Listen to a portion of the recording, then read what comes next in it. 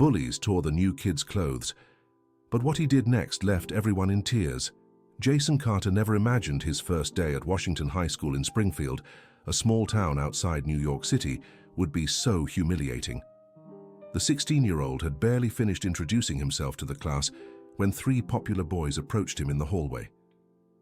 "Well, look what we have here," said Tyler Johnson, the group's leader, pointing at Jason's faded blue shirt, which had two small holes near the chest. "Looks like someone can't even afford new clothes." Brandon Williams and Connor Davis, the other two in the trio, burst into loud laughter, drawing the attention of other students passing by. Jason felt his face burn with shame but said nothing. He just tightened the straps of his black backpack and tried to keep walking. "Hey, not gonna answer?" Tyler blocked his path. "Where'd you get that shirt? The discount bin?" Other students started gathering around the scene, some laughing, others just watching curiously. Jason lowered his head, hoping it would all be over soon. He'd been through this at other schools. "Let me get a closer look at this masterpiece," Tyler said, stepping forward. Without warning, he grabbed Jason's shirt and yanked hard. The worn fabric didn't hold. A large tear opened on the side, exposing part of the boy's ribs. The sound of ripping fabric echoed down the hallway, followed by cruel laughter. Jason stood frozen, clutching the torn pieces of his shirt now hanging from his thin frame. His hands shook, but he didn't cry. Not there, not in front of everyone. He'd already learned tears only made things worse. "Oops, my bad," Tyler said sarcastically. "Didn't know your clothes were so flimsy. Must have bought them second-hand, huh?"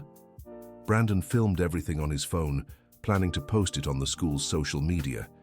"This is gonna go viral," he muttered to Connor. That's when Mrs. Jenkins appeared in the hallway.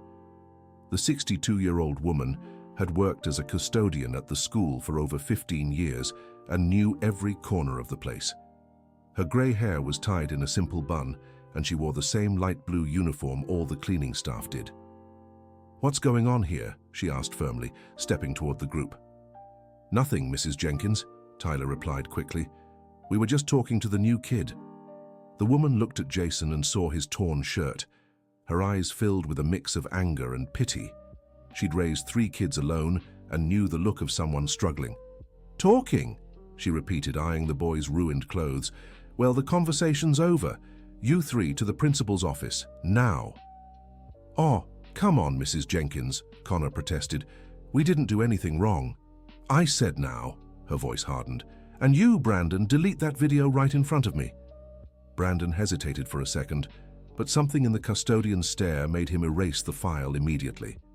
The 3 boys shuffled away, grumbling, leaving Jason alone with Mrs. Jenkins. "Come with me, son," she said gently, touching his shoulder. Jason followed her to a small room at the back of the school where cleaning supplies were stored. The smell of detergent and wax, mixed with the aroma of coffee from Mrs. Jenkins' thermos, created a strangely comforting atmosphere. "Sit here," she motioned to an old chair by a makeshift table. "Let me see what I can do with that shirt." Mrs. Jenkins opened a drawer and pulled out a small sewing kit she always carried. Her skilled fingers examined the tear in Jason's shirt. "It'll be good as new," she said, starting to work. "I learned to sew when I was younger than you." Necessity teaches us many things. As she sewed, she studied the boy's face. There was something familiar in his features, in the way he kept his head down, in how he held his hands. A distant memory began forming in her mind.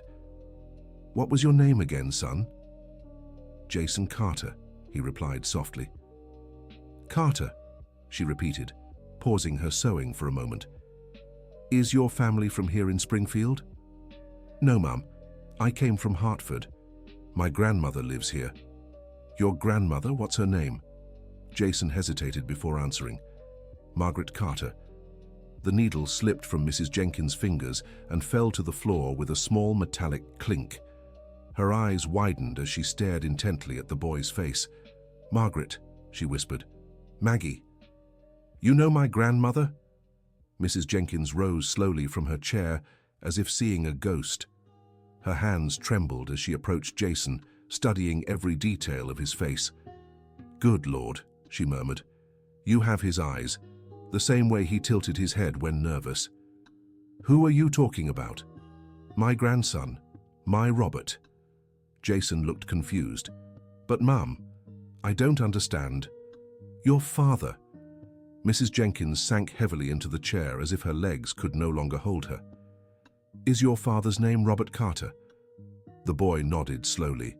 Yes, but I never knew him. My mum said he left when I was a baby. Tears began rolling down Mrs. Jenkins' wrinkled face. Robert is my grandson.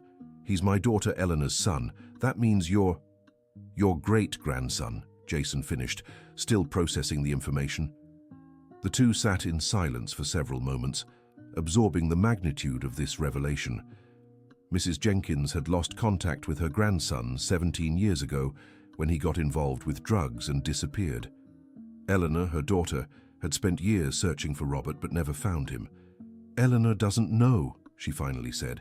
She doesn't know she has a grandson. My mum never spoke about you, Jason admitted. She always said we had no family, except her and Grandma Maggie. Mrs. Jenkins reached out and gently touched the boy's face. You do have family, so much family. Your great-grandmother Eleanor will be overjoyed when she learns about you. At that moment, the office door opened and the school principal, Mrs. Deborah Wilson, entered with the three boys who had bullied Jason. Dear listener, if you're enjoying the story, please like and especially subscribe to the channel. It helps us newcomers so much. Now continuing. Mrs. Jenkins, I brought the boys to apologize, said the principal, a middle-aged woman with short hair and glasses. What they did was unacceptable. Tyler, Brandon, and Connor shuffled into the room with sullen expressions, clearly unhappy about having to apologize. The principal nudged them forward. Go on. Say what you came to say. Sorry, Tyler muttered, barely looking at Jason. We didn't mean to rip your shirt. Jason studied the three, but before he could respond, Mrs. Jenkins stood and faced them. Didn't mean to, she challenged. Then explain why Brandon was filming everything. Brandon swallowed hard. We just wanted to, I don't know, play a joke. A joke? Mrs. Jenkins's voice rose. Humiliating a classmate is a joke to you. Mrs. Wilson watched carefully. She'd known Mrs. Jenkins for years. The woman had a heart of gold, but zero tolerance for injustice. Look closely at this boy, Mrs. Jenkins continued, pointing to Jason. Do you know his story?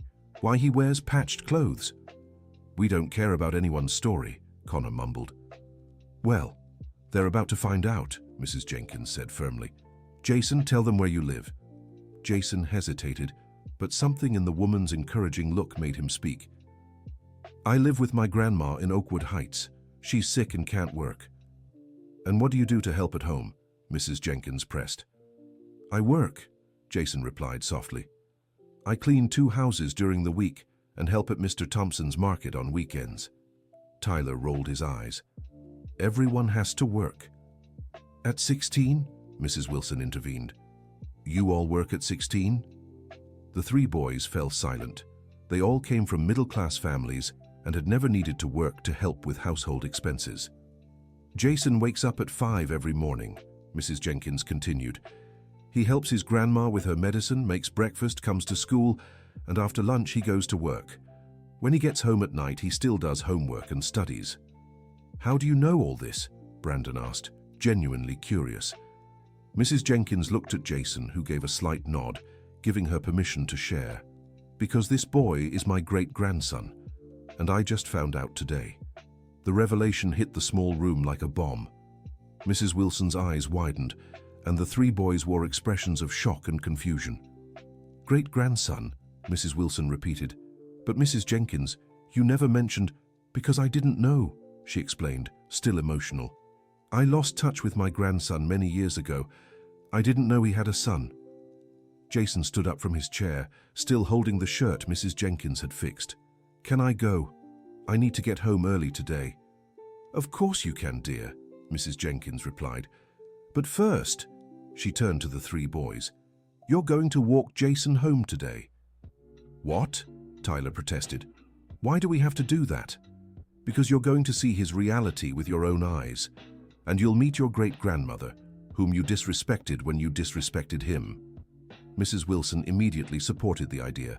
Excellent, Mrs. Jenkins. Boys, You'll accompany Jason and hand in a report about what you've learned. This counts as your civics and ethics assignment. The three tried to argue, but the principal was firm.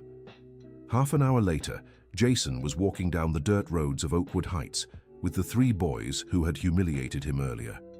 The difference between their neighborhood and Oakwood Heights was stark. The modest houses, some still without plaster, contrasted sharply with the middle-class homes where Tyler, Brandon, and Connor lived.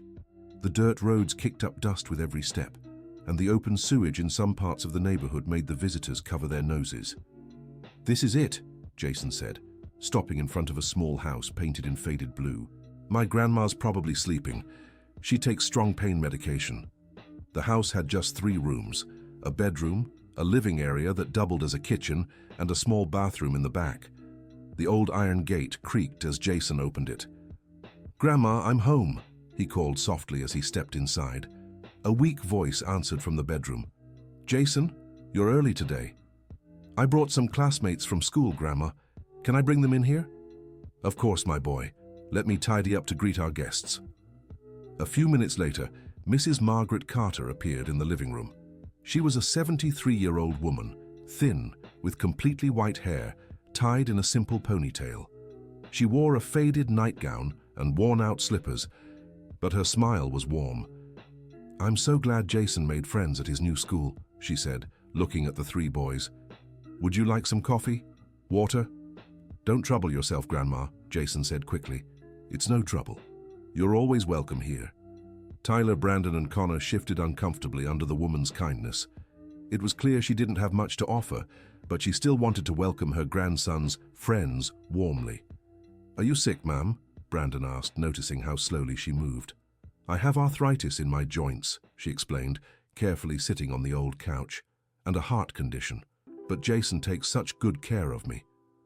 "Grandma, you don't have to talk about that," Jason said, clearly embarrassed. "Why not? I'm not ashamed of being sick, dear, and I'm certainly not ashamed of having a grandson who helps me with so much love." Mrs. Margaret Carter looked at the 3 visitors. "He wakes up early every day to give me my medicine and make my coffee. When he gets home from school, he always asks if I need anything. He's a special boy." "What about his dad?" Connor asked, immediately regretting the question when he saw the expression on the woman's face. "His father," she sighed deeply. "It's a sad story. Robert was a good boy, but he lost his way. He left Jennifer when she was pregnant and never came back." "And his mom?" Tyler asked. Mrs. Margaret's face darkened even more. "Jennifer passed away 2 years ago. She had lung problems, coughed a lot. We couldn't get the money for treatment in time." Jason stood up abruptly. "Grandma, I'll show the guys the backyard." He left quickly, clearly emotional from hearing his grandmother talk about his mother. The 3 boys followed him to the small backyard, where a clothesline with a few items hung and a tiny chicken coop with 3 hens stood. "Man," Brandon started but didn't know how to continue. Jason had his back to them, staring at the chickens. "You can say it. I know you want to ask why I never mentioned my mom had, why she's not here anymore." "We didn't know," Tyler said, and for the first time his voice held no mockery. "No one does. I don't like telling everyone. People pity me, and I don't want pity." Connor stepped closer. "Is that why you work?" "I work because I have to. Grandma's medicine is expensive, the bills, food. She gets a small benefit, but it's not enough." "And you still do well in school?" Brandon asked. Jason turned to them. "I study because I want a career. I want to take better care of my grandma. She's already done so much for me." The 3 boys fell silent, absorbing everything they'd just learned. Their image of Jason as just a poor kid had completely changed. They now saw a young man carrying responsibilities none of them could imagine. "Jason," Tyler said hesitantly, We were jerks today." "You were," Jason agreed without anger. "But you're not the first." "What do you mean?" "I've been through this at other schools. There's always someone who wants to make fun of my old clothes, or the fact I don't have name-brand sneakers." Brandon felt ashamed, remembering he'd filmed Jason's humiliation. "Jude, I'm really sorry. I deleted the video, I swear." "I know you did. Mrs. Jenkins doesn't mess around." Connor laughed for the first time since they'd arrived. True, she's tough. Tough, but she has a good heart, Jason said. And now she's my great aunt. I still can't believe it. How did you lose touch? Tyler asked. Jason shared what little he knew about his father's story, how Robert had gotten into drugs as a teen, disappeared, and how the family never heard from him again. My mom always said my dad was troubled, but she never told me I had family on his side. I think she was afraid I'd go looking and end up disappointed. And now you want to meet your real great aunt? Brandon asked. I do. Mrs. Jenkins seems like a good person. And it seems she wants to meet me too. When they went back inside the house, they found Mrs. Margaret Carter preparing coffee and a plate with some simple cookies. I don't want to hear it, she said before anyone could protest. Guests in this house have coffee. The three boys sat around the small table, still processing everything they had seen and heard. The coffee was strong and hot, and the cookies, though simple, had a homemade taste none of them were used to. Mrs. Carter, Tyler said slowly, did you already know Mrs. Jenkins? Jenkins? She asked, and seeing Jason nod, her eyes lit up. Of course I know Jenkins. We worked together at the textile factory many years ago. We lost touch when the factory closed and each of us went our separate ways. Did you know she was Raphael's father's grandmother? Mrs. Carter nearly dropped her coffee cup. What are you talking about? Jason stood up and went to his grandmother. Grandma, today at school I found out Mrs. Jenkins is my dad's grandmother. That means she's your comadre. The woman fell silent for a long moment, digesting the information. Then she began to cry softly. Good Lord, she whispered. Jenkins is Robert's comadre. So, Eleanor is my great-grandmother, Jason finished. Eleanor, Mrs. Carter repeated, smiling through her tears. That beautiful girl Jenkins raised all alone. The world is so small. Do you want to see her again? Jason asked. Yes, my boy, very much. The three boys watched the scene with a mix of emotion and discomfort. They were realizing they had humiliated someone with a far more complex and touching story than they'd imagined. Jason, Connor said as they prepared to leave, can I ask you something? Go ahead. Why didn't you react today when we messed with you? Jason thought for a moment before answering. Because I've already learned that fighting only makes things worse. And because I have more important things to worry about than what you think of me. The answer left the three even more ashamed. They left Jason's house in silence, each lost in their own thoughts. The next day, Jason arrived at school wearing the same shirt as the day before, now fixed by Mrs. Jenkins's skill. The holes were still visible, but the shirt was whole again. Tyler, Brandon, and Connor waited for him at the school gate. Hey, Tyler said, unsure how to start the conversation. Hey, Jason replied, equally uncomfortable. We wanted to talk to you, Brandon said, about yesterday. You don't have to say anything. It's over. No, we do, Connor insisted. We were jerks, and we know it. Jason sighed. Look, I don't want to fight with you. I just want to study in peace and go home at the end of the day. We don't want to fight either, Tyler said.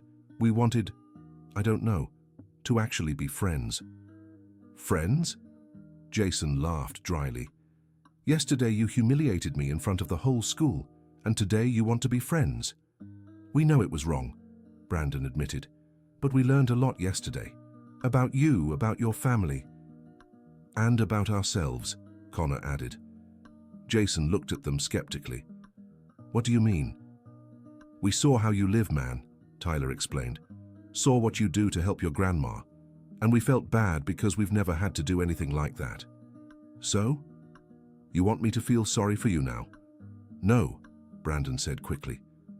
We want to help you. Help me how? I don't know, Tyler admitted. But there must be something we can do. Jason studied the three for a moment. There was something different about them today. The arrogance from the day before had given way to genuine humility. Why do you want to help me? He finally asked. Because we saw that you're a good guy, Connor answered. And because we don't want to be the kind of people who humiliate those going through hard times. You've always been that kind of person? The three exchanged glances, uncomfortable with the question. I guess so, Tyler admitted. but we never really stopped to think about it. And now you have? Now we have, Brandon confirmed. Jason considered the offer for a moment. Part of him wanted to send them away and go on with his life, but another part, the part that had always dreamed of having real friends, was curious to see if this change was genuine. "All right," he finally said. "But if this is a joke, if you're planning some prank, I'll know." "It's not a joke," Tyler assured him. "We just want to start over." During first period, Jason noticed something had changed. The three boys no longer ignored him. When the math teacher asked a difficult question and Jason raised his hand to answer, they didn't laugh or make snide remarks. At lunchtime, something unprecedented happened. Tyler approached Jason in the courtyard. "Want to eat with us?" he asked. Jason hesitated. "I brought my own lunch." "That's fine. We can still eat together." They sat at a table in the courtyard. Jason opened his simple lunchbox, rice, beans, and a small piece of chicken. The other three had bought sandwiches from the school cafeteria. "Your grandma make that?" Brandon asked, nodding at Jason's food. "I do. She can't stand for long because of her arthritis." "You know how to cook?" Connor asked, impressed. "Learned out of necessity. It's nothing special." "I can barely make instant noodles," Tyler admitted with a laugh.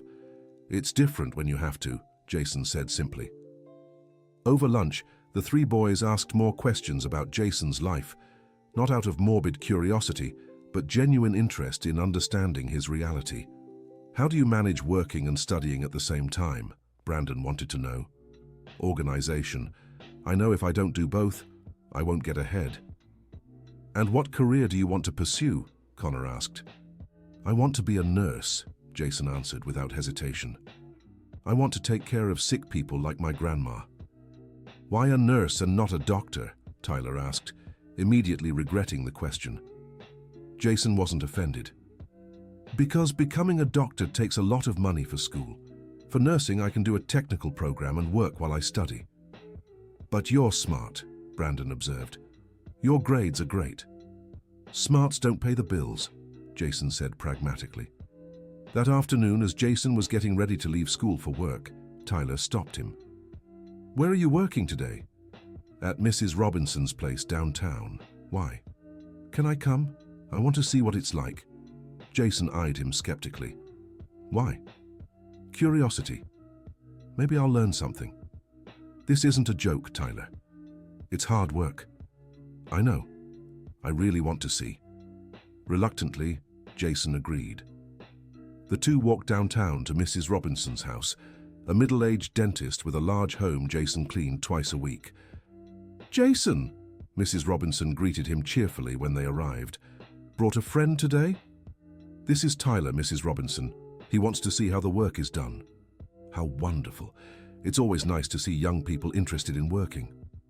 Mrs. Robinson showed them around the house, a well-off three-bedroom home with 2 bathrooms, a spacious living room, a modern kitchen and a full laundry area. "Usually takes me about 3 hours to clean everything," Jason explained to Tyler as he gathered the cleaning supplies. "I always start with the bathrooms." Tyler watched Jason work for half an hour before asking to help. At first, Jason hesitated, but then he agreed. That's how Tyler discovered just how hard it was to clean an entire house. "Man, this is tough," he said, after cleaning just 1 bathroom. "That's why I don't get it when people complain about studying," Jason replied, wiping the floor. "Studying is way easier than this." "You like studying?" "Love it. At school, I forget about my problems at home, and I know it's the only way to have a better life." Tyler kept helping until the cleaning was done. When they left Mrs. Robinson's house, he was exhausted. "How do you do this and still manage to study?" he asked, amazed. "Habit and necessity." "Can I come help again?"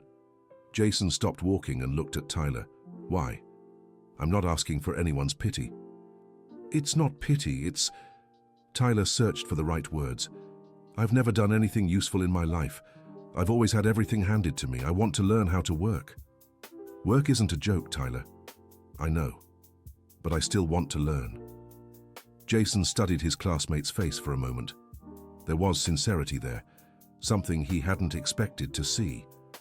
"All right," he finally said, "but if you come, you have to take it seriously." In the following days, a noticeable change happened at school. Tyler, Brandon, and Connor completely stopped picking on other students. More than that, they started standing up for those being bullied. Dear listener, if you're enjoying the story, don't forget to like and especially subscribe to the channel. It helps a lot for those of us just starting out. Now back to the story. That Wednesday, Jason was studying in the library when the three approached him. "We wanted to tell you something," Brandon said, sitting at the table. "What is it?" "We talked at home about you," Connor explained. "We told our parents what happened." Jason tensed up. "And what did they say?" "My mum cried," Tyler admitted. "She said she was ashamed of me." "Mine too," Brandon agreed. "And she said she wants to meet you." "Meet me? Why?" "To apologize for what I did," Brandon explained, "and to ask if she can help in any way." Jason hadn't expected that. "We don't need help. We manage." "We know you manage," Connor said, "but that doesn't mean you don't deserve support." "What kind of support?" "My mum's a doctor," Tyler explained. "She wants to examine your grandma for free, and if she needs expensive medicine, she can get it through the hospital where she works." Jason fell silent, processing the offer. "Why would she do that?" "Because she raised me to help people, and I was doing the opposite. Now she wants to make up for it." "What about your parents?" Jason asked Brandon and Connor. "My dad owns a clothing store," Brandon said. "He wants to give you some new shirts." "And my mom works at the social services office," Connor added. "She wants to see if she can get better benefits for your grandma." Jason stood up, clearly uncomfortable. "I don't want charity." "It's not charity," Tyler said quickly. "It's help, between friends." "Friends?" Jason repeated. "You've known me for a week. The first time you saw me, you humiliated me." "And we regret it," Brandon said. "We learned it was wrong." "And now you want to feel better by helping the poor guy?" "No," Connor said firmly. "We want to help because you're our friend, and because it's the right thing to do." Jason looked at them for a long moment. There was a struggle in his eyes, between pride and need, between distrust and hope. "I'll think about it," he finally said. That night, Jason talked to Mrs. Margaret Carter about his classmate's offer. "What do you think, Grandma?" he asked after explaining everything. "I think God works in mysterious ways, my boy. Who would have thought those boys who hurt you would become a blessing in our lives? But what if it's just pity? What if they're doing this just to feel better about themselves?" "What if they are?" she asked. "The important thing is they want to help. And we need help." "I don't like owing anyone favors, Grandma." "It's not about owing favors, Jason. It's about accepting that sometimes people just want to do good, and you can pay it forward in other ways later." "How?" "By being the good man you're becoming, by helping others when you're able. That's how the world gets better." Jason thought about his grandmother's words all night. The next morning, he arrived at Washington High School with his mind made up. "I'll accept the help," he told his three friends during lunch break. Tyler smiled in relief. "My mom can check on your grandma this afternoon if you want." "And my dad said you can stop by his shop tomorrow," Brandon added. "Thanks," Jason said simply. "Really? We should be thanking you," Connor said. "You've taught us a lot." "Me? Taught you what?" "How to be decent people," Tyler answered. That afternoon, Dr. Catherine, Tyler's mother, arrived at Jason's house with a medical bag. She was an elegant, middle-aged woman, but her warm smile put Mrs. Jenkins at ease right away. "Mrs. Jenkins, it's a pleasure to meet you," she said. "Tyler's told me so much about you." "I can only imagine what he's said," the elderly woman replied with humor. "He told me you're special people and that he's learned a lot from you." The exam lasted nearly an hour. Dr. Catherine listened to the old woman's heart, checked her blood pressure, examined her swollen joints, and asked many questions about her symptoms. "Mrs. Jenkins," she said finally, "you'll need some more detailed tests, and some of the medications you're taking could be replaced with more effective ones." "Private doctors are expensive, Doctor," Mrs. Jenkins said hesitantly. "Don't worry about that. I know specialists who can see you through Medicare without the long wait. And as for the medications, I can get you free samples." Jason was moved by her kindness. "Doctor, thank you so much. I don't know how to repay you." "Repay me by taking good care of your grandmother and continuing to be the exemplary young man you are. Tyler tells me every day how dedicated and responsible you are." "Tyler talks about me?" "He does. He's changed a lot since meeting you. He's more mature, more responsible. Just yesterday, he asked me to find him a job for the summer." Jason was surprised. "A job?" "He said he wants to learn the value of money, and that he wants to help at home too, like you do." When Dr. Catherine left, Jason and his grandmother talked about what had happened. "What a good woman," Mrs. Jenkins remarked, "and what a well-raised son she has." "Yeah, who would have thought Tyler would change so much?" "People can change, Jason.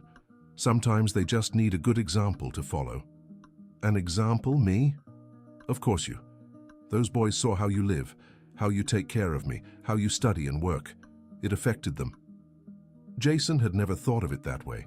He'd always seen himself as someone who had to work hard just to be accepted, not as someone who could inspire others. The next day, Brandon took Jason to his father's shop. Mr. Mitchell was a friendly man who welcomed the boy warmly. "So you're the famous Jason," he said with a smile. "Brandon won't stop talking about you." "He's exaggerating," Jason replied shyly. "No, he's not. My son's been different since he met you, more responsible, more aware." Mr. Mitchell showed Jason several shirts to choose from. They were simple but new and good quality. "Pick 4 or 5, he said. "I can't accept all this," Jason protested. "Of course you can, and if you want, you can work here on Saturdays to pay for them. I could use the help anyway." Jason looked at Brandon, who nodded encouragingly. "That would be great, Dad. Jason is very responsible. So it's settled. Saturday mornings if you want." At the end of the week, Connor brought good news. His mother had managed to transfer Mrs. Margaret into a special assistance program that included free physical therapy and subsidized medication. "It's not much," he said modestly, "but it'll help." "Not much," Jason repeated. "This will make a huge difference in my grandmother's life."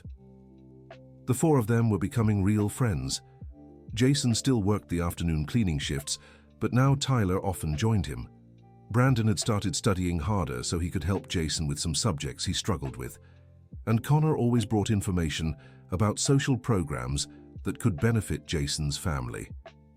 2 weeks after their first meeting, something special happened. Mrs. Jenkins arranged for Jason to meet his great-grandmother Eleanor. Mrs. Eleanor was a 58-year-old woman with graying hair and kind eyes that filled with tears the moment she saw Jason. "My God," she sighed. "You look just like Robert when he was your age." The meeting took place at Mrs. Jenkins's house, a small apartment in downtown Springfield. Mrs. Margaret was also there, and it was emotional to see the 2 women reunite after so many years. "Maggie," Mrs. Eleanor exclaimed as she hugged her friend, "how are you?" "Old and sick," Mrs. Margaret replied, laughing, "but happy to see you again." Jason watched everything with a mix of joy and sadness.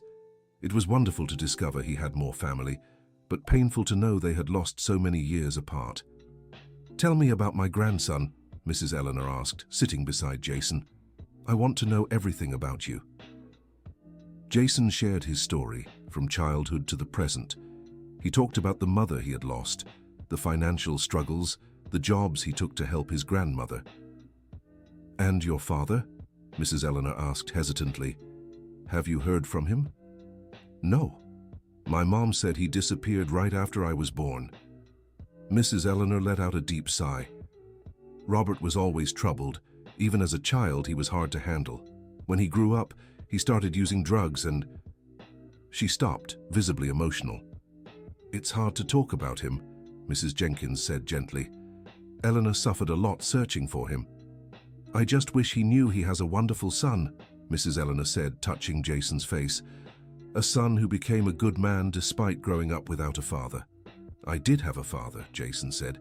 "I had my mom and my grandmother. They taught me everything I needed to know." The 3 older women were moved by the boy's response. Mrs. Jenkins stood up and brought out an old shoebox.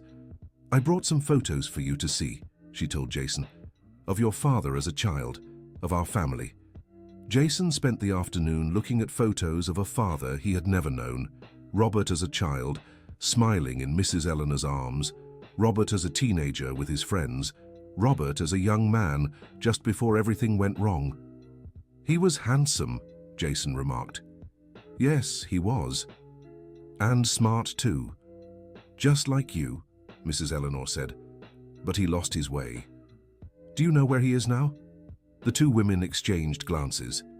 "We don't," Mrs. Jenkins admitted. "There are rumors he's living in New York City, but we've never been able to confirm. If he knew about me, do you think he'd come back?" "I don't know, my boy," Mrs. Eleanor answered honestly. "But if he doesn't, it's not your fault. It's his, for not recognizing the treasure he has." When Jason returned home that night, he was emotionally exhausted but happy. He had discovered he had more family than he'd imagined and that they cared for him. "How was it, my boy?" Mrs. Margaret asked. "It was good, Grandma. Mrs. Eleanor is really nice. And she and Mrs. Jenkins want to visit us on Sunday." "That's wonderful. It's been a while since I've had friends over." "Grandma, can I ask you something?" "Of course." "Don't you feel bad about not telling me about my father's family?" Mrs. Margaret sighed. "I do, Jason. But back then I was afraid you'd suffer even more. Your father had left without a trace. Your mother was grieving. I thought it was best not to reopen old wounds." "I understand. But now I see it was my mistake. You had the right to know your family." "It wasn't a mistake, Grandma. You did what you thought was best at the time. And look how things turned out. I met my family and even gained true friends." "That's true. Those boys are special. They really are. Who would have thought something that started so badly would have such a good ending?" The following Sunday, Mrs. Jenkins and Mrs. Eleanor visited Jason's house. They brought a full lunch: roast chicken, rice, beans, salad, and even dessert. "You didn't have to go through all this trouble," Mrs. Margaret protested. "It's no trouble," Mrs. Eleanor said. "It's the joy of having family again." During lunch, they talked about the past, the lost years, and plans for the future. Jason watched with a smile, still getting used to the idea of having more people who cared about him. "Jason," Mrs. Jenkins said, "I want to make you an offer." "What kind of offer?" "I'd like you to come work at the school with me as a part-time janitor. That way you can keep studying and still have a steady income." Jason was surprised. "At the school? But what about the other students? Won't they think it's weird?" "So what if they do?" Mrs. Eleanor interjected. "Honest work is nothing to be ashamed of." "Besides," Mrs. Jenkins added, "you've already proven you don't care what others think, and you've got 3 friends who'll have your back." "That's true," Jason admitted, "and it'd be great to work closer to home." "Then it's settled. You start Monday." When Jason shared the news with Tyler, Brandon, and Connor, they were thrilled. "Dude, that's awesome," Tyler said. "Now we'll see you more at school. And if anyone makes a nasty comment about you working there, they'll have to deal with us," Brandon added. "You don't have to defend me," Jason protested. "Yes, we do," Connor said firmly. "That's what friends do." On Monday, Jason started his new job. As Mrs. Jenkins had predicted, some students made remarks. But to his surprise, Tyler, Brandon, and Connor weren't the only ones who stood up for him. Other students who had witnessed the transformation of the former bullies and Jason's story also came to his defense. "Jason is more of a man than any of you," said Ashley, a sophomore. "He works and studies, takes care of his sick grandma, and still gets better grades than half the class." "It's true," agreed John, a junior. "There are plenty of spoiled kids here who can't even make instant noodles, but love to criticize those who hustle." Jason was moved by the support. He realized his story had inspired more people than he'd imagined. 2 weeks later, something unexpected happened. Jason was cleaning the main hallway when he saw a man standing at the school gate looking inside hesitantly. The man appeared to be in his 40s, with dark hair streaked with gray, thin, and dressed in simple but clean clothes. There was something familiar about his face that made Jason stop and look closer. "Excuse me," the man called. "Do you work here?" "I do," Jason replied, walking closer. "How can I help you?" "I'm looking for a boy named Jason Carter. I heard he goes to school here." Jason's heart raced.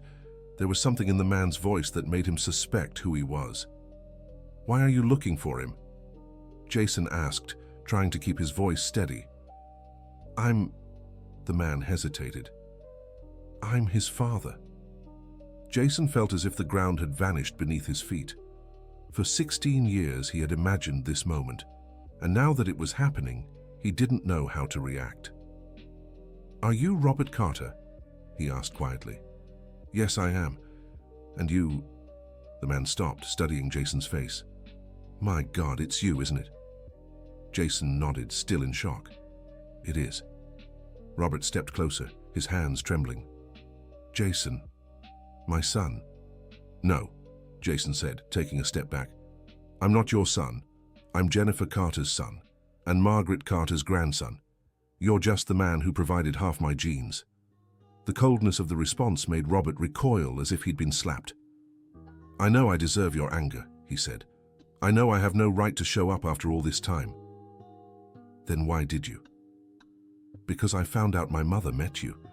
I found out you exist and that—" He paused, clearly emotional. "And that your mother passed away." "How did you know?" "My mother came looking for me. Eleanor found me in New York City and told me everything.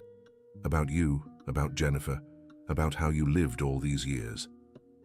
Jason fell silent, processing the information. Mrs. Jenkins had found Robert and hadn't told him a thing. "And what do you want?" Jason finally asked. I want to know my son. I want to try to make up for lost time." "Make up?" Jason laughed bitterly. "How do you make up for 16 years? How do you make up for my mother raising a child alone? How do you make up for all the nights she cried, wondering if she'd done something wrong to make you leave?" Every word from Jason felt like a knife to Robert's heart. "I know I can't make it up. I know I ruined everything. But I want to try." "Try what? Be a father now?" "I don't need a father. My mother taught me how to be a man. My grandmother taught me character. I learned how to work and take care of myself on my own." "I know, and I'm proud of the man you've become." "Proud?" Jason snapped. "You have no right to be proud. You did nothing to make me who I am." Robert lowered his head, tears streaming down his face. "You're right. I have no right to anything. But please give me a chance to explain." "Explain what? Why you abandoned a pregnant woman? Why you never checked if I was okay? Why it took you 16 years to show up?" "Because I was a coward," Robert answered. "Because I was addicted to drugs and thought you'd be better off without me. Because by the time I wanted to come back, it was too late and I didn't know how. And now you do. Now I know I can't keep living without trying. Even if you send me away, I had to try." Jason stared at him for a long moment. There was genuine pain in Robert's eyes, but there were also 16 years of abandonment that couldn't be erased with a few words. "Where have you been all this time?" "In New York City, working, trying to get clean, trying to be a better person." "Did you?" "I've been sober for 5 years. I work at an auto shop. It's not much, but it's honest." "And why didn't you come back sooner?" "Because I was afraid. Afraid to face you and find out I'd ruined everything forever." "And haven't you?" Robert looked his son in the eyes. "I have, but I hope it's not too late to start over." Jason was silent for a moment, wrestling with his emotions. Part of him wanted to send Robert away and never see him again. But another part, the part that had always dreamed of knowing his father, was curious. "What do you want from me?" he finally asked. "A chance to know you, to be your father if you'll let me, to help you in some way." "I don't need help. I have my grandmother. I have the new family I found. I have real friends." "I know, and I'm glad you have people who love you, but that doesn't change the fact that I'm your father and that I love you too." "Love?" Jason questioned. "How can you love someone you've never known?" "Because you're my son. Because you carry my blood. Because every single day for these 16 years, I've thought about you and wondered how you were doing. If you cared so much, why did you never look for me?" "Because I'm a coward," Robert repeated. "But I'm here now." Jason looked around, and noticed some students had started watching their conversation. He didn't want it to turn into a spectacle. "Let's talk somewhere else," he said. The two walked to a square near Washington High School. Jason sat on a bench while Robert stood, clearly nervous. "Sit," Jason said. "If we're going to talk, let's do it like two normal people." Robert sat, keeping a respectful distance. "Thank you for giving me this chance." "I haven't given you any chance yet. I'm just listening." "That's fair." They fell silent for a moment, each lost in their thoughts.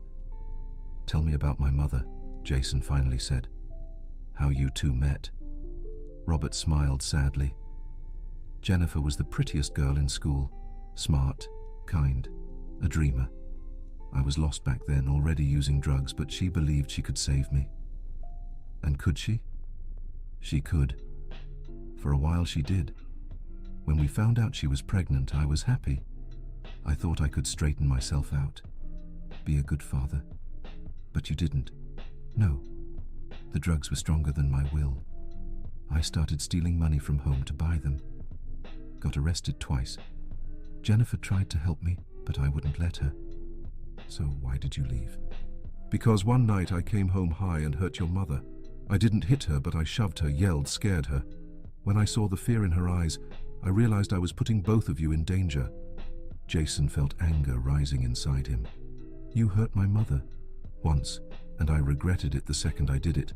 I left that night and never came back. I thought I was protecting you. You were running from responsibility." "I was," Robert admitted. "I ran because I didn't have the courage to face my problems." "And now you do?" "Now I do. I've been clean for 5 years. I work. I have a simple but honest life. And I really want to know my son." Jason studied him for a moment. There was sincerity in Robert's voice, but also too much pain to heal so easily. "Do you know my mother died without money for treatment?" The question hit Robert like a punch to the gut. "I know. My mother told me. It's the thing I regret most in my life. My grandmother is sick too. She has arthritis and heart problems. I work to pay for her medicine. Let me help." "With what money?" "I work at an auto shop. I don't make much, but I can share with you. I don't want your money." "Then let me help another way. I can cook, clean, take care of your grandmother while you're at school." Jason looked at him surprised. "You'd do that?" "I'd do anything to have a chance to be near you." "Why? After all these years, why now?" "Because I realized running from the past doesn't work. Because I want you to know you have a father who loves you, even if I've been a terrible one until now." Jason stood and paced, thinking. "I don't know if I can forgive you," he finally said. "I'm not asking for forgiveness. I know I don't deserve it. I'm just asking for a chance to show I've changed. And if I say no, if I tell you to leave, I'll respect your decision, but I'll stay here in Springfield working, proving I'm a different person. Maybe one day you'll change your mind." Jason stopped and looked at Robert. "You came here ready to stay?" "I did. I quit my job in New York City and brought my few belongings with me. I already found work at an auto shop here in town. What if I say no? I'll stay anyway. Not to bother you, but to be close in case you ever need me." The determination in Robert's voice surprised Jason. It wasn't what he expected to hear. "I need to think," he said. "How much time do you need?" "I don't know. Maybe weeks, maybe months." "All right, I'll wait. How can I find you if I want to talk?" Robert pulled a piece of paper from his pocket and wrote down an address. "I'm staying at a boarding house downtown, and I work at Joe's Auto Shop on Church Street." Jason took the paper and tucked it into his pocket. "I'm not promising anything. I'm not asking for promises, just a chance." The two stood up from the bench. For a moment, it seemed like Robert might try to hug his son, but he held back. "Jason," he said as they were parting ways, "you're everything I dreamed my son would be. Your mother did an amazing job." Jason nodded without responding and walked back to school. The rest of the day passed in a blur. He managed to work and attend classes, but his mind was elsewhere. When he got home, he found Mrs. Margaret Carter in the kitchen preparing dinner. "How was your day, son?" she asked. "Different," Jason replied, sitting at the table. Grandma, I need to tell you something. What is it? My father showed up at school today. Mrs. Margaret dropped the spoon she was holding. Robert? Yeah. He was looking for me. Good heavens. What did he want? Jason told her everything about the encounter with Robert. He talked about their conversation in the square, the explanations his father had given, and his request for a chance. And what did you say? She asked when he finished. I told him I'd think about it. And will you? I don't know, Grandma. I'm confused. Part of me wants to send him away and never see him again, but another part wants to know my father. Mrs. Margaret sat beside her grandson. It's natural to feel confused, my boy. It's a tough situation. What do you think I should do? I can't decide for you, Jason, but I can give you some advice. Listen to your heart. If you feel he's truly changed, maybe it's worth giving him a chance. If not, then there's nothing wrong with saying no. But what if I regret it later? Regret is part of life. What matters is that your decision is yours, not anyone else's. That night, Jason barely slept. He kept thinking about all the things he wanted to ask his father, all the hurt he felt, and all the possibilities that reconciliation might bring. The next day, he told everything to Tyler, Brandon, and Connor. Man, that's crazy, Tyler said. Your dad just showed up out of nowhere like that. Not out of nowhere. Mrs. Eleanor tracked him down in New York City and told him about me. And you're gonna give him a chance? Brandon asked. I don't know. Do you think I should? Depends, Connor said thoughtfully. Did he seem sincere?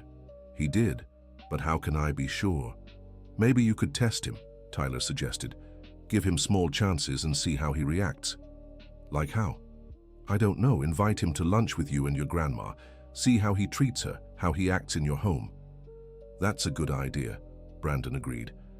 If he's really changed, it'll show in his behavior. And if he hasn't? Then you send him away with a clear conscience, Connor said. Because you'll know you tried. Jason thought about his friend's suggestion. It made sense. Maybe it was better to get to know Robert little by little, without committing to anything final. I'll think about it for a few more days, he decided. And if you decide to give him a chance, we've got your back, Tyler said. And if you decide not to, we've got your back too, Brandon added. Thanks, guys. It's good to know I have you. 3 days later, Jason made his decision. He took the paper with Robert's address and went to look for him at the auto shop where he worked. Joe's auto shop was a small business in the city center. With 2 car bays and simple but well-organized equipment, Jason found Robert working under an old car. Excuse me, he called. Robert came out from under the car immediately. He was covered in grease, but his eyes lit up when he saw his son. Jason, he said, wiping his hands on a rag. You came. I came to talk. Of course, let me just tell my boss I'll be out for a minute. They sat on the sidewalk in front of the shop. Robert was visibly nervous, waiting to hear what Jason had decided. I thought a lot about our conversation, Jason began, and I decided I can give you a chance. But with conditions. Robert's face brightened. What conditions? First, we take it slow. I don't want you pretending to be my dad overnight. We're strangers to each other. I agree. Second, if you do anything that reminds me of the man who abandoned my mom, I cut contact for good. Understood. Third, you'll have to earn my grandma's trust too. If she doesn't like you, it's over. That's fair. And fourth, I don't want your money or gifts. If you want to be close to me, it's for my company, not to buy my forgiveness. Okay, what do you want me to do? Do you want to meet my grandma? Very much. Then you can come for lunch on Sunday. But it's just lunch. It doesn't mean we're a happy family again. Of course, thank you, Jason. You won't regret this. I hope not. When Jason got home and told his grandma about the invitation he'd made, she grew nervous. Oh my God, she said. I don't know if I'm ready for this. Why, Grandma? I'm afraid of seeing Robert and remembering all the bad things that happened. Your mum suffered so much because of him. But he says he's changed. Maybe he has, but it's hard to forget the past. You don't have to forget, Grandma. Just give him a chance to prove he's different now. And if he isn't? Then we send him away and never speak to him again." Mrs. Margaret sighed. "All right, but if he does anything that reminds me of the addict he used to be, I'll kick him out right then." "Don't worry, Grandma. I'll do it myself." On Sunday, Jason woke up early and helped his grandma prepare a simple but thoughtful lunch: rice, beans, roasted chicken with potatoes, and a tomato salad.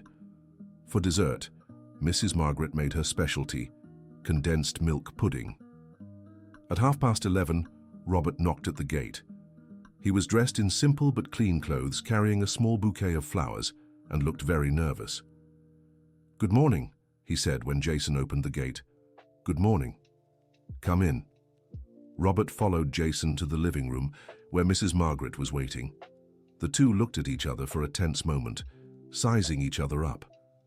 "Mrs. Margaret," Robert finally said, offering the flowers. "Thank you for having me in your home." "Robert," she replied, accepting the flowers. "You've changed." "I have, Mum, for the better, I hope." "Time will tell." The lunch started off a bit awkward, but gradually the three of them grew more comfortable. Robert complimented the food, asked about Mrs. Margaret's health, and shared a little about his work at the shop. "Do you like working with cars?" Jason asked. "I do. I've always had a knack for fixing machines. Back when I was using drugs, I stole cars. Now I repair them. It's like making amends, you know?" The brutal honesty of the answer surprised Jason. He expected Robert to hide his past, not talk about it so openly. "Have you ever thought of doing something else?" Mrs. Margaret asked. "I have. But I discovered I like working with my hands, and at the auto shop where I work, Joe treats me well. He gave me a chance when no one else would." "Why wouldn't anyone give you a chance?" "Because I have a record. A former addict isn't exactly welcome in the job market." "And how did you get clean?" Jason wanted to know. Robert fell silent for a moment, clearly reliving painful memories. "It was at a shelter in New York City. I was at my lowest, no money, no family, no friends. One day I passed out from hunger on the street and a social worker took me to a rehab center." "And you wanted to get help?" "Not at first. I ran away several times. But there was a psychologist there, Dr. Anderson, who never gave up on me. Every time I ran, he'd come looking for me on the streets." "What made you change?" "One day he showed me a photo he'd found in my wallet. It was your ultrasound, the one your mother had given me when she found out she was pregnant. I'd carried that photo for years, even when I was high. I could never bring myself to throw it away." Jason felt a lump in his throat. "Do you still have that photo?" Robert pulled out his wallet and carefully removed a small, worn picture. It was indeed an ultrasound, with handwritten notes from Jason's mother. "I've always kept it with me," he said, handing the photo to Jason. "It was the only thing that reminded me I had a son out there somewhere." Jason took the photo with trembling hands. Seeing that image, knowing his father had carried it for so many years, stirred deep emotions in him. "Why didn't you look for me sooner?" he asked, still staring at the ultrasound. "Because I was ashamed, because I thought you'd be better off without me, and because I was afraid to find out it was already too late to fix things. And now you're not afraid anymore. I'm terrified, but I'm even more afraid of dying without trying to know my son." Margaret watched the conversation in silence. She could see the sincerity in Robert's words, but she also saw the confusion and pain in her grandson's eyes. "Robert," she finally said, "you hurt my daughter deeply. She died, still wondering if she'd done something wrong to make you leave." "I know, Mrs. Jenkins, and I regret it every day. If I could turn back time, but you can't. What's done is done. The question now is, what do you plan to do from here on out?" "I want to be the father I never was, if Jason will let me. And if he won't, I'll respect his decision, but I'll stay here, proving I've changed. Maybe one day he'll change his mind." "What if you start using again?" "I won't," Robert said firmly. "I have reasons not to now." "What reasons?" "My son. My chance to be a better man. The possibility of making up for at least some of the harm I've done." Jason studied his father throughout the conversation. There was something different about him, something he couldn't quite define. Maybe it was the way he spoke without making excuses. Maybe it was the brutal honesty about his past. Or maybe it was simply the fact that he'd shown up, knowing he might be rejected. "What do you expect from me?" Jason asked. "Nothing more than what you're willing to give. If you want to get to know me, great. If you want my help in any way, even better. But if you just want me to exist and be around in case you need me, that's fine too. You don't want to be my father? I want that more than anything. But I know I can't just show up and expect you to accept me as your father. That has to be earned. How? By proving I can be trusted. By being there when you need me. By showing I've really changed." Dear listener, if you're enjoying the story, don't forget to like and especially subscribe to the channel. It helps us a lot as we're just starting out. Now, back to the story. The lunch ended less tensely than it had begun. Robert helped wash the dishes, complimented the food again, and offered to take care of small repairs around the house that needed doing. "You don't have to," Jason said. "I know I don't, but I want to help. And I know how to do these things." "What kind of things?" "I noticed the kitchen faucet is dripping, and there's a loose floorboard in the bathroom. I can fix those next time I come over, if you'll let me." Margaret Carter and Jason exchanged glances. They were small issues they'd been putting off because they couldn't afford to hire a professional. "You can fix them," Margaret said, "but I won't let you do it for free. I can pay you something." "Mrs. Carter, please, let me do this for you. It's the first useful thing I can do for my son in 16 years. The simplicity of his answer moved them both. Jason nodded, accepting the offer. "All right, but just the small things. Deal." When Robert left, Jason and his grandmother talked about how the visit had gone. "What did you think of him, Grandma?" "I think he really has changed," she admitted. "He's not the lost boy I met years ago." "How is he different?" "More mature, more responsible, and I can tell he truly regrets what he did." "Did you think he was pretending?" "No. Someone who's been through what he has can't fake it that well. He was sincere." "So, what do you think I should do?" "Whatever your heart tells you, my boy. But if you decide to give him a chance, take it slow. Don't rush into calling him Dad or trusting him completely." "What if he lets me down?" "Then you'll have learned an important lesson, that sometimes people don't change no matter how much they want to. But at least you'll know you tried." Over the next week, Jason kept thinking about his meeting with Robert. He talked to Tyler, Brandon, and Connor about how it went, and they all encouraged him to keep getting to know his father. "Man, from what you've said, he really seems different," Tyler remarked. "Yeah, and the fact he kept your ultrasound all these years shows you've always mattered to him," Brandon added. "Even when he was lost," Connor finished. That Friday, Jason was working at the school when he saw Robert standing at the gate again. This time, though, he didn't come in. He waited for Jason to notice him and just waved. Jason walked over. "Hi," Robert said. "I came to invite you somewhere." "Where?" "Tomorrow's Saturday, and Joe gave me the day off.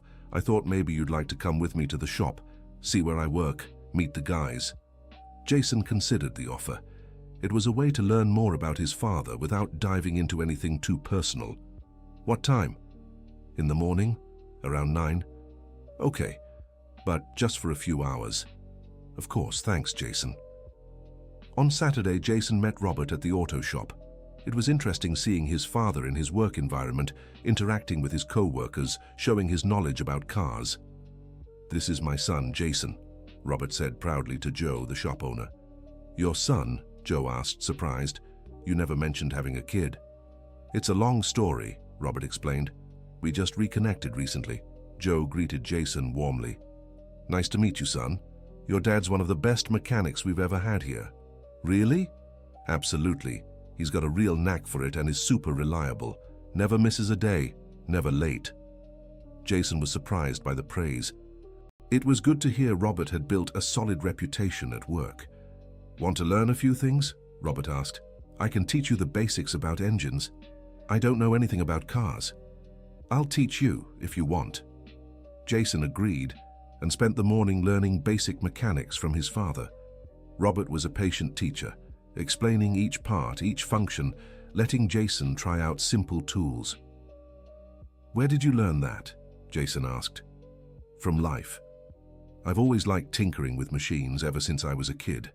When I was an addict, I used that knowledge to steal cars. Now I use it to fix them. Does it bother you to talk about the past? It does. But I think it's important to be honest with you. I don't want you to find things out about me by accident and feel deceived. Did you do really bad things? Robert stopped working and looked seriously at Jason. I did things I'm deeply ashamed of. I stole. I lied. I hurt people who loved me. I'm not proud of the man I was. But are you proud of the man you are now? I'm trying to become someone I can be proud of. I'm not there yet, but I'm on my way. What's missing? Earning the forgiveness of the people I hurt, especially yours. Jason fell silent, absorbing his father's words. There was a painful honesty in them that moved him deeply. I don't know if I can fully forgive you, he finally said. I'm not asking for full forgiveness, just a chance to show I've changed. You're already showing it. Really? Yeah, the way you work, how you treat people here, how you talk to me without forcing anything. It's different from what I expected. And what did you expect? I expected someone trying to buy my love with gifts or promises, someone playing the victim or blaming others for their mistakes. And what did you find? Someone who owns up to their mistakes and is trying to make things right. That's unexpected. Robert smiled for the first time since they'd reunited. Does that mean I get a second chance? It means you're on the right path, but it's too soon to talk about forgiveness or being a father. I understand, and I appreciate the honesty. They spent the rest of the morning working together in the auto shop. Jason discovered he enjoyed working with tools and had a knack for understanding how things worked. You've got a talent for this, Robert remarked. If you want, I can teach you more on weekends. Why? Because it's a useful skill, and because I like spending time with you. Even knowing I might decide I don't want contact, even knowing every moment I spend with you is a gift I don't deserve, but one I'm grateful for. The simplicity and sincerity of the answer touched Jason. He was starting to see Robert not as the father who abandoned him, but as a man who had made serious mistakes and was genuinely trying to make amends. When he got home, Jason told his grandmother about his morning at the shop. "And how did you feel?" she asked. "Good, it was normal, like two regular people working together." "Is that good or bad?" "I think it's good. No drama, no big promises, just real." "And did you like that reality?" "I did. I liked seeing his hard-working side. I liked knowing he built an honest life. And now? Now I think I can keep getting to know him. Slowly, no rush, but I think I can." Mrs. Margaret smiled. "I think your mother would be happy to know you two found each other." "Why?" "Because she always believed deep down Robert was a good person. She used to say drugs had stolen the man she loved, but that man was still somewhere inside." "And do you believe that?" "After seeing him here last Sunday, I do. The lost boy I knew years ago is gone. In his place is a man who wants to do right. Wants to do right, or knows how to do right. I think both. And that makes all the difference." In the weeks that followed, Jason and Robert settled into a routine. Every Saturday morning, Jason went to the shop to learn mechanics. Every Sunday, Robert joined them for lunch and helped with small repairs around the house. It was a gradual, pressure-free way for them to truly get to know each other. Jason discovered that his father was intelligent, had a good sense of humor, and knew many interesting stories about cars and travels. Robert, in turn, discovered he had a mature, responsible son with an impressive emotional wisdom for his age. "How did you manage to stay so grounded?" he asked one day while teaching Jason how to change a car's oil. "Necessity. I had to grow up fast. Because of me. Not just you. My mom got sick. My grandmother is elderly. Life taught me to be responsible." "Don't you resent that?" "Sometimes I do. Sometimes I hear my friends complaining about silly things, and I get angry that I have to worry about bills and medicine. That's natural, but it passes because I know every hardship taught me something important. What did hardships teach you? That I can rely on myself, that I'm stronger than I think, and that people can surprise you for better or worse. Did I surprise you? Jason thought for a moment. You did. I expected someone full of excuses and self-pity. Instead, I found someone who owned up to his mistakes and is working to fix them. Does that change anything? It changes everything. It doesn't mean I've forgotten the past, but it means I can start building a future. A future that includes your father. A future that includes Robert, if he keeps proving he deserves to be in it. The difference between father and Robert didn't go unnoticed. Robert understood he still had to earn the right to be called Dad. What do I need to do to earn that title? I don't know. I don't think it's something you get by doing specific things. It happens naturally when trust is built. How long does that take? I don't know. Maybe years. Maybe it never fully happens. You have to be ready for that possibility. I am. I'd rather be the Robert you respect than the father you reject. The wisdom in that answer impressed Jason. It was clear Robert had truly matured during their years apart. One day, while working together at the auto shop, Robert asked a question Jason didn't expect. Do you have a girlfriend? No. Why? Fatherly curiosity. I want to know about your life. I don't have time for a girlfriend. Between work, school, and taking care of grandma. That's no life for a boy your age. It's the life I have. But it doesn't have to be forever. If I were around more, I could help with your grandmother. Then you'd have more time to be a teenager. Jason stopped working and looked at Robert. What are you proposing? That I move closer to you. That I help with expenses and your grandmother's care. That I share the responsibilities you've been carrying alone. In exchange for what? Nothing. Just the chance to be near my son and care for the woman who raised him when I wasn't there. Jason fell silent, considering the offer. It was tempting, but also scary.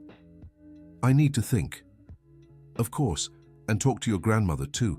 I don't want to do anything that makes you uncomfortable. What if I say no? I'll respect it, and keep visiting on weekends if you'll let me. What about your job? Joe said if I get more clients, I could open my own little shop. I thought about renting a small space near your place. Jason realized Robert had thought it all through. This wasn't an impulsive offer, but a carefully considered plan. I'll talk to Grandma, he finally said. Thank you for considering it. That night, Jason talked to Mrs. Margaret about Robert's proposal. What do you think? She asked after hearing everything. I don't know. It would be nice to have help with the house and your medicine, but I'm also worried. About what? About setting too many expectations. What if he gives up halfway? What if it's harder than he thinks? Those are valid concerns, but it could also work out. Would you like to have him around? Yes, I would. These 2 months have shown me he's truly changed, and it would be good to have a man in the house to help with the heavy lifting. So you think I should accept? I think you should make a counteroffer. What do you mean? Tell him he can come live nearby, but on a trial basis. 3 months, for example. If it works out for everyone, he stays. If it doesn't, he goes back to where he was. That's a good idea. That way no one's stuck with anything permanent. Exactly. And you can set some ground rules too. What kind of rules? He can't make decisions about your life without consulting you. He can't suddenly try to be an authoritarian father. He has to respect that you're practically an adult already. And if he agrees to all of that, then you make the final call, but at least it'll be an informed decision. The following Saturday, Jason presented the counteroffer to Robert. A trial period sounds fair to me. He agreed right away. And I accept all your conditions. Even the one about not being an authoritarian father. Especially that one. You raised yourself, made your own decisions, built your own personality. I won't try to change that now. What if I do something you don't like? I'll talk to you the way I'd talk to any adult, with respect and consideration for your opinion. And if you do something I don't like, I want you to tell me right away. I don't want you holding on to grudges or resentment. Okay, let's give it a try then. Really? Robert could hardly believe it. Really, but remember, it's a 3-month trial. If it doesn't work out, I'll leave without complaint, I promise. And so 3 months after reuniting, Jason and Robert began a living experiment neither knew how would end. Robert rented a small house 2 blocks away from Jason and Mrs. Margaret's home. It was simple but clean and tidy. He also managed to rent a small shed where he set up his own auto shop. The first few days, everyone was a little unsure how to act. Robert would show up in the morning for coffee and to see if they needed anything. In the afternoon, he'd stop by for lunch. At night, he'd return for dinner with them. "You don't have to eat every meal here," Jason said after a week. "I know, but I enjoy your company. And Mrs. Margaret's cooking," he added with a smile. "I can't cook for 3 people every day," Mrs. Margaret protested. "It's too tiring." "Then let me cook," Robert offered. "I picked up a few things living on my own." And that's how they discovered Robert could cook. Not fancy dishes, but good, hearty, home-cooked meals. "How'd you learn?" Jason asked, impressed by the beef stroganoff his father had made. "Necessity. When I was getting clean, I lived in a halfway house with other recovering addicts. We split all the chores, including cooking." "And you liked it?" "Turns out I do. It's relaxing, and it's nice taking care of people you love." The word love hung in the air for a moment. Robert realized he might have expressed himself too strongly too soon. "Sorry," he said. "Just a figure of speech." "No need to apologize," Jason replied. "I understood what you meant." Little by little, they found their rhythm. Robert took over the heavier chores, cleaning the yard, doing laundry, grocery shopping. Jason kept up with school and work. Mrs. Margaret supervised everything with her kind but watchful eye. The real test came at the end of the first month, when Mrs. Margaret had a severe joint pain flare-up and had to be rushed to the hospital in the middle of the night. Jason woke up to his grandmother's groans and found Robert already in the kitchen packing a bag with her medications and the necessary documents.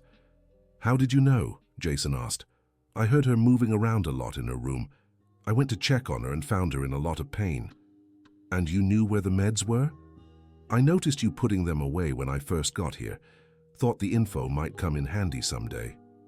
At the hospital, Robert was the one who talked to the doctors, arranged the tests, and stayed up all night, while Jason dozed in the uncomfortable waiting room chair. "Why are you doing this?" Jason asked in the morning when he learned his father hadn't slept. "Because you're my family now," Robert replied simply, "and family takes care of each other. Even if it's just temporary. Even then, as long as I'm here, you're my priority." Robert's dedication during Jason's grandmother's crisis marked a turning point in their relationship. Jason realized his father wasn't just trying to make amends. He genuinely cared about them. In the following months, living together felt more natural. Robert settled into a work routine at Joe's auto shop that allowed him to be there when they needed him. Jason started letting himself be more of a teenager, occasionally hanging out with Tyler, Brandon, and Connor without worrying so much about his grandmother. "It's weird," he told his friends one day. "What's weird?" Tyler asked. "Having someone share the responsibilities with me. I don't know if I like it or if I just feel guilty." "Why guilty?" Brandon wondered. "Because taking care of my grandma was always my job. Now that someone else is doing it, I feel like I'm abandoning her." "Dude, that's crazy," Connor said. "You took care of her alone for years. Now that you've got help, you can relax a little. That's what my dad says." "Hold up," Tyler grinned. "You called him Dad." Jason paused, realizing he'd said it without thinking. "Yeah, I guess it just came out naturally." "How do you feel about that?" "Good. Scared, but good." "Why scared?" "Because it means I'm trusting him, and trusting someone always feels scary." "Especially someone who's let you down before," Brandon pointed out. "Exactly. But he's shown he's changed, every day in little ways." "Like what?" "Yesterday, my grandma mentioned craving a dessert her mom used to make. This morning he showed up with it, got the recipe from an elderly neighbor and spent all night baking." "That's sweet," Connor said. "Yeah, and it wasn't to impress me, it was genuine care for her." "How's she handling all this?" "Fine. Better than me, honestly. She says she always knew he'd come back different someday." "Smart lady, your grandma." "She is, and she likes the company. Spent so many years with just me. Now she's got someone her age to talk to." How old is your dad? 42. Not as old as her, but not young like me. Have you talked about the future? Sometimes he wants to help me pay for nursing school after I graduate. And you want to accept? I do, but I'm still scared of getting my hopes up. Scared of what? That he'll change his mind. That he'll realize having a family is harder than he thought. And if that happens, then at least I'll know I tried. And that for a few months, I had a real family. His friends were moved by Jason's maturity. After everything he'd been through, he was still willing to take a chance on having a father. 2 days after that conversation, something happened that tested Robert's resolve again. Jason came home from Washington High and found his father sitting in the kitchen with a grim expression. "What happened?" he asked, immediately concerned. "I got a job offer," Robert said slowly. "What kind of offer?" "A shop in New York City wants to hire me. The salary would be 3 times what I make here." Jason felt his stomach drop. "And are you going to accept?" "I don't know. I wanted to talk to you first before deciding." "Talk to me?" "Of course. You're part of my family now. Big decisions should be made together." Jason sat at the table processing the information. "How did they hear about your work?" "Joe recommended me. He knows the shop owner and spoke highly of me." "And what exactly are they offering?" "A partnership. After 2 years, I'd be a minority owner. It's a once-in-a-lifetime opportunity." "And what would that mean for us?" "I'd have to move to New York City, at least at first." "And after?" "Later, once I'm settled, you all could move there too. New York has better opportunities for school and work." Jason stayed silent, weighing the implications. It was a great opportunity for Robert, but it also meant breaking the bonds they were building in Springfield. "What do you want to do?" he finally asked. "I want to stay here. I want to keep building our family, but I also don't want to be selfish and waste a chance that could improve all our lives." "So you're torn?" "Completely. That's why I came to talk to you." Jason appreciated that Robert had come to consult him before deciding. It was another sign that his father truly saw him as family. "Can I think about it for a few days?" "Of course, they need an answer by the end of the week.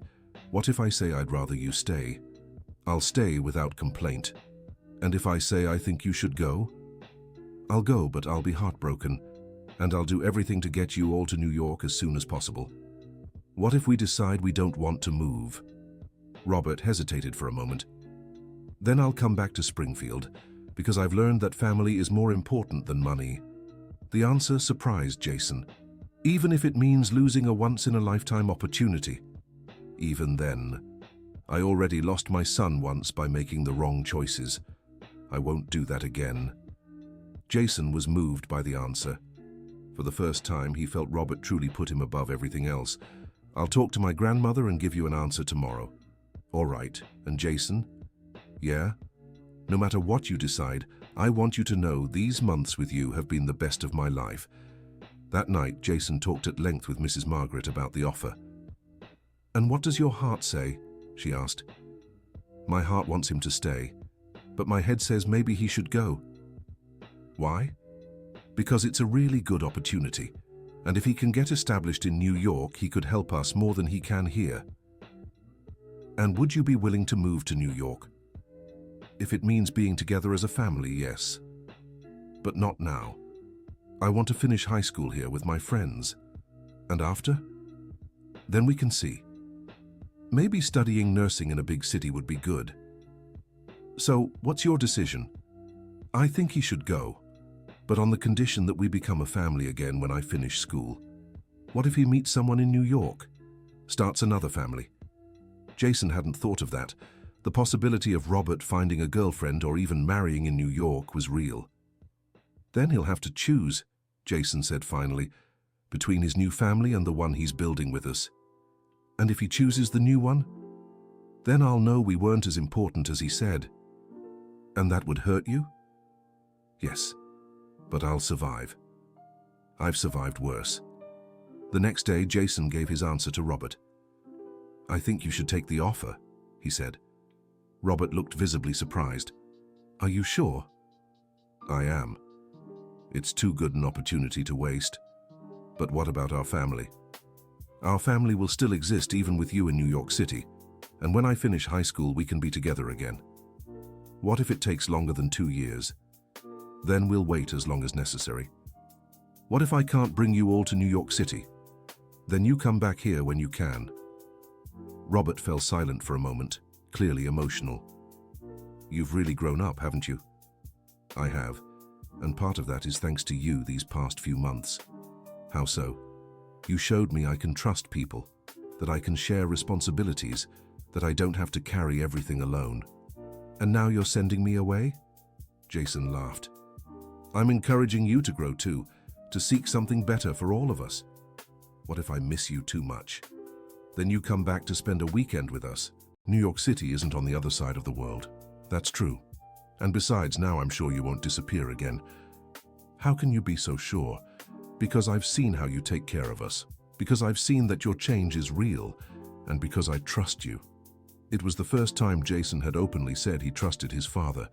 The 2 words, I trust you, had a deep impact on Robert.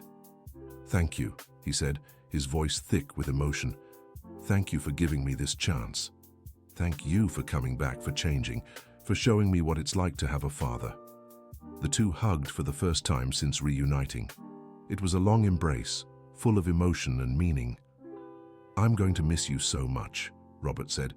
Me too, but I know it's temporary. How can you be so sure?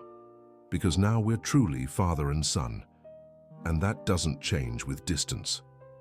A week later, Robert left for New York City. The farewell was emotional, but not desperate. Everyone knew this separation was different from the first. It was temporary and had a purpose. Take good care of your grandmother, were Robert's last words to Jason. Take good care of yourself, Jason replied, and don't forget about us. Impossible to forget. You're the best thing that's ever happened to me. In the months that followed, Robert called every day. He talked about work, his colleagues, the city. Jason shared updates about school, friends, and the little everyday happenings. How are you adjusting? Jason asked during one call. Good. The job is excellent. I'm learning a lot. But the city is huge and noisy. Missing home? Terribly, especially at mealtimes. Eating alone isn't fun. And your social life? Made any friends? Some co-workers are nice, but it's not the same as having family. Haven't met any interesting women? Jason asked, testing his own insecurities. I've met a few people, but I'm not interested in anything serious right now. Why not? Because my heart is in Springfield, with my son and my dear friend Eleanor. The answer reassured Jason. Robert truly prioritized them over new romantic possibilities. 6 months after Robert's departure, Jason received a different kind of call. Son, I need to tell you something, Robert said, excitement in his voice that Jason hadn't heard in ages. What is it? The auto shop is doing really well, so well that the main partner wants to expand, open a branch in Hartford. Hartford? But that's so close to here. Exactly, and he wants me to manage the branch. Jason could hardly believe what he was hearing. Does that mean you're coming back? It means I'll be able to stay close to you and still keep the good job. When would this happen? In 3 months. Enough time for me to wrap things up here and find a good house in Hartford. A house for just you. A house for the 3 of us, if you and Margaret want to move to Hartford with me. Jason fell silent, processing the offer. Hartford was bigger than Springfield, but not as big as New York City. It would offer better opportunities for study and work, while still keeping that small-town feel. I need to talk to my grandmother. Of course, take your time to talk it over, and let me know what you decide. And if we decide to stay in Springfield, then I'll come visit you every weekend. Hartford is only an hour away. That night, Jason talked to Mrs. Margaret Carter about the new proposal. What do you think, Grandma? I think it's a wonderful opportunity. Hartford has better hospitals for someone my age, and you'd have more options for vocational courses. But what about our life here? Our friends? True friends stay friends no matter the distance. And as for life, life can be rebuilt anywhere, as long as you're with the people you love. So you think we should accept? I do. It's time for us to start a new chapter as a family. Family. Jason repeated the word, smiling. I like how that sounds. Me too, my boy. Me too. 3 months later, Jason graduated from high school with the highest grades in his class. Tyler, Brandon, and Connor were moved by their friend's achievement. Man, you did it, Tyler said, hugging Jason after the ceremony. We did it, Jason corrected. You all helped me so much. So what's next? Are you really moving to Hartford? Brandon asked. I am. My dad already found a nice house there, and I got accepted into the nursing vocational program. We're gonna miss you, Connor said. I'll miss you too, but Hartford isn't far. You can visit any time. And you can always come back here, Tyler added. Absolutely. Springfield will always be special to me. It's where I found you all, met my great-grandmother, and made peace with my dad. It's where you taught us to be better people, Brandon said. What do you mean? You showed us life isn't just about having fancy things or being popular. You taught us the value of hard work, family, and responsibility. And you proved people can change, Connor added, looking at Tyler and Brandon. You really did change, Jason agreed. From the trio that humiliated me on the first day to the best friends anyone could ask for. And you went from the shy kid who never stood up for himself to the strongest, bravest guy we know, Tyler replied. The four of them hugged, promising to stay in touch and meet up regularly. The following week, Jason and Mrs. Margaret Carter moved to Hartford. Robert had picked out a simple but comfortable house with a room for each of them and a spacious living area where they could spend time together. What do you think? He asked eagerly when they arrived. It's perfect, Mrs. Margaret Carter answered. There's even a little backyard where I can grow my herbs. And you, Jason? I love it too, especially the room that'll be my study nook. That's great. I want you both to feel at home here. We already do, Jason said, because you're here with us. That night, as they ate dinner at the new kitchen table, Jason looked around and smiled. What's on your mind? Robert asked. I was just thinking how unpredictable life is. 2 years ago, I never dreamed I'd have a father in my life. And I never dreamed I'd have a son who'd forgive me and give me a second chance. Third chance, Mrs. Margaret Carter corrected with a chuckle.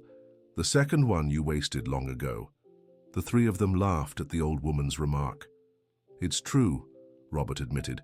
This is my last shot at being a decent person. And you're making the most of it, Jason said. I'm trying every day. And we're proud of you, Mrs. Margaret Carter added. Really? Really. You've proven people can change when they truly want to. And that it's never too late to make up for past mistakes, Jason finished. Robert was moved by his family's words. Thank you for never giving up on me. We never did, Jason said. We were just waiting for you to show up. And now that you're really here, we won't let you go ever again, Mrs. Margaret teased. Not even if you tried, Robert replied. I found my family.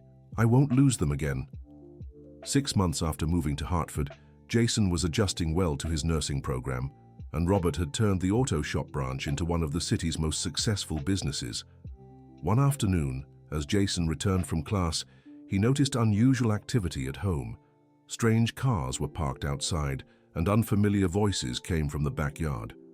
What's going on? He asked as he walked in. Surprise! Several voices shouted at once. Jason found himself surrounded by Tyler, Brandon, Connor, Mrs. Jenkins, Mrs. Eleanor, Teacher Deborah, and many other friends from Springfield. What are you all doing here? He asked, stunned. Celebrating, Tyler answered. Your dad told us you got first place in the public university nursing program entrance exam. Jason had taken the exam as a trial, with no real expectations of passing. When he heard the results, he was so surprised he hadn't even thought to celebrate. How did you find out? Your dad called us, Brandon explained. He said he wanted to throw a surprise party, but that it wouldn't be the same without your real friends.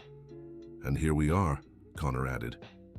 Jason looked around and saw Robert watching everything with a proud smile. You planned this? He asked. I did. I thought you deserved a celebration worthy of your achievement. But it must have cost a lot to bring everyone from Springfield. It did. But seeing you happy is priceless. Jason hugged his father, emotional. Thank you. Really. Thank you for giving me the chance to be part of your life, to celebrate your victories and be there for the important moments. You'll always be there for my important moments, Jason said, because you're my dad. It was the first time Jason had consciously and deliberately called Robert Dad. The impact of the word was visible on the man's face. Dad, he repeated softly. I never imagined hearing that word would feel so special. It's because you earned it, Jason replied. Not because you fathered me, but because you chose to be my dad when you could have chosen anything else. The party lasted late into the night. Friends shared stories, reminisced about special moments, and talked about future plans. Robert was the center of attention, with everyone eager to know the man who had earned Jason's respect and love. He's exactly as you described, Mrs. Jenkins told Jason. A man who learned from his mistakes and became better. He is. And you know what's most impressive? What? He did it without anyone forcing him, without anyone demanding it. He did it because he wanted to be a better person. And he succeeded. He did. And he taught me it's never too late to start over. When everyone had left and the house fell quiet, Jason, Robert, and Mrs. Margaret sat on the porch to talk. How does it feel to be a college student? Robert asked. Scared, Jason admitted, but excited too. Why scared? Because it's a big responsibility, and because balancing work and studies will be tough. Who said you'll have to work? Jason looked at his father in surprise. What do you mean? Your only responsibility now is studying. I'll take care of the rest. But I've always worked. I don't know how to sit still. You won't be sitting still. You'll study to be the best nurse you can be. What about expenses? They're on me. It's the least I can do after letting you take on adult responsibilities at 16. Jason was deeply touched by the offer. Are you sure? I am.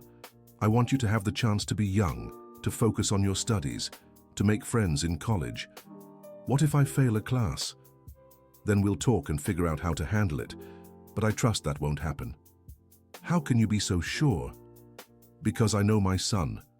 I know he's hardworking, smart, and responsible. Thank you, Dad, for everything.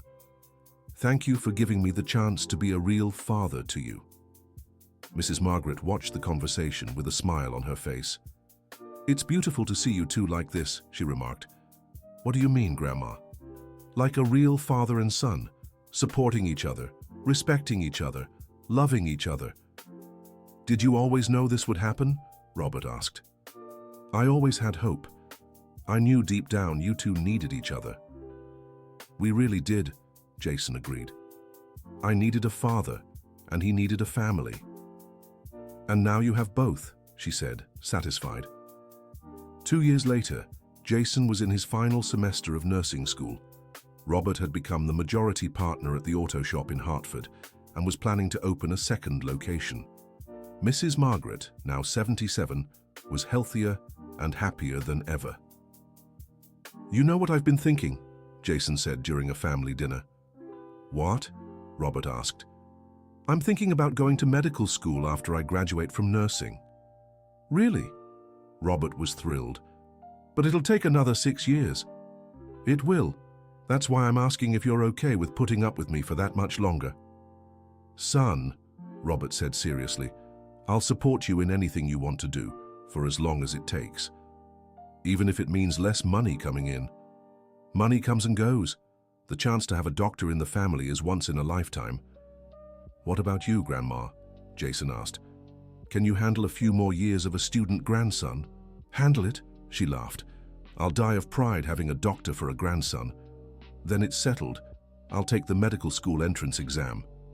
And I'll be in the front row at your graduation, Robert said, emotional. Promise? I promise, and this time it's a promise I know I'll keep. How can you be so sure? Because I've learned that family is the most important thing in life, and I won't miss another important moment of yours ever again. On the night of Jason's nursing graduation, the whole family gathered in the university auditorium. Robert had bought new clothes for the occasion and couldn't stop smiling. Mrs. Margaret, at 77, was radiant in her navy blue dress, the same one she'd worn at her daughter's wedding decades earlier.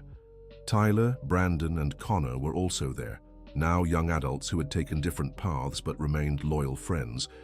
Tyler had become a teacher, inspired by the transformation he'd experienced in school. Brandon worked at his father's store, which had grown significantly in recent years. Connor had pursued social work, dedicating himself to helping at-risk youth. "I never imagined I'd be here," Robert whispered to Mrs. Jenkins, who had insisted on coming from Springfield for the ceremony. "I always knew," she replied with a smile. "From that first day at school when I saw you two meet, I knew something special would happen."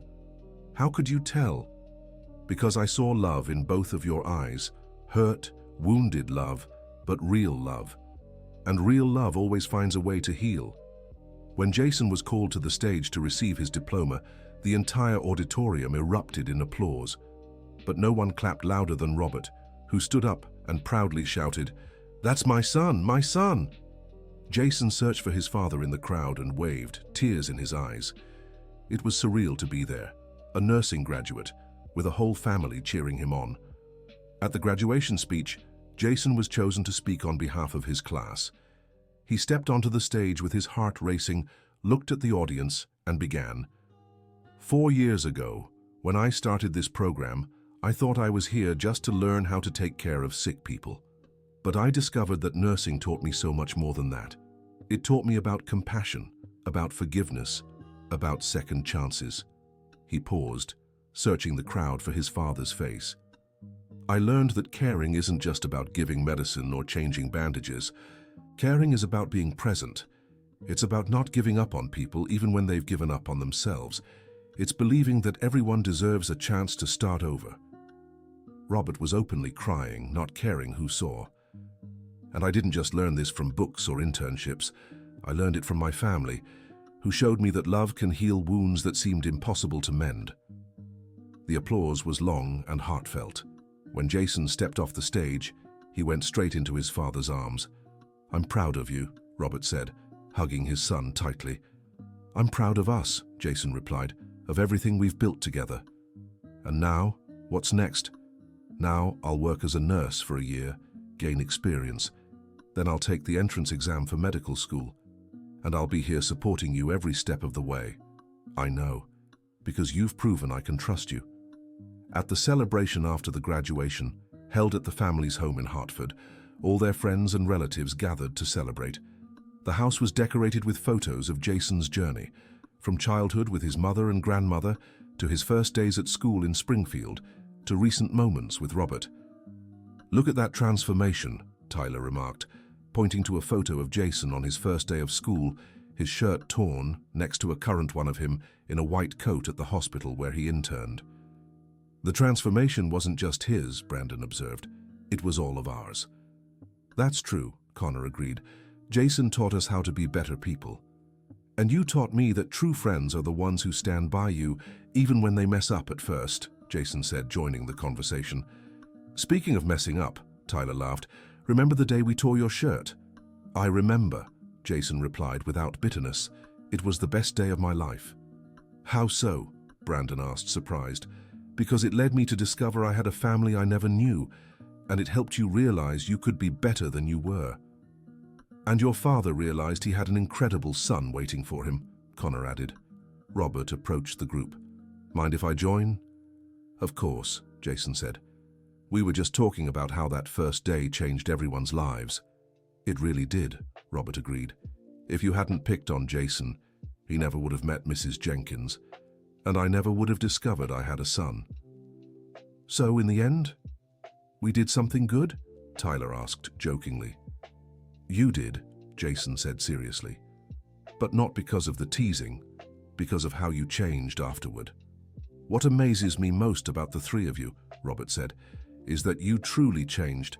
It wasn't just momentary regret." "How so?" Brandon asked. "Tyler became a teacher because he wants to help kids be better people. Brandon turned his father's shop into a place that gives opportunities to underprivileged youth. Connor works in social services. All three of you found ways to give back."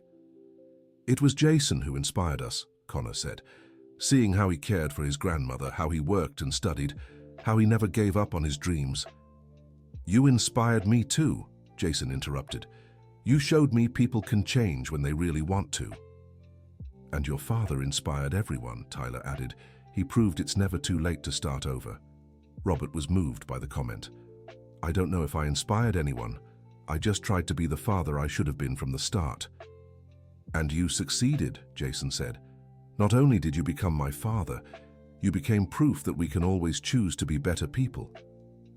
Later that night, when everyone had left, Jason, Robert, and Mrs. Margaret sat on the porch to talk, as they did every evening. How do you feel, Nurse Jason? Mrs. Margaret asked proudly. I feel fulfilled, he replied, but mostly, I feel grateful. Grateful for what? For having the chance to discover I have an amazing family, for having true friends, for having a father who fought to become a better person.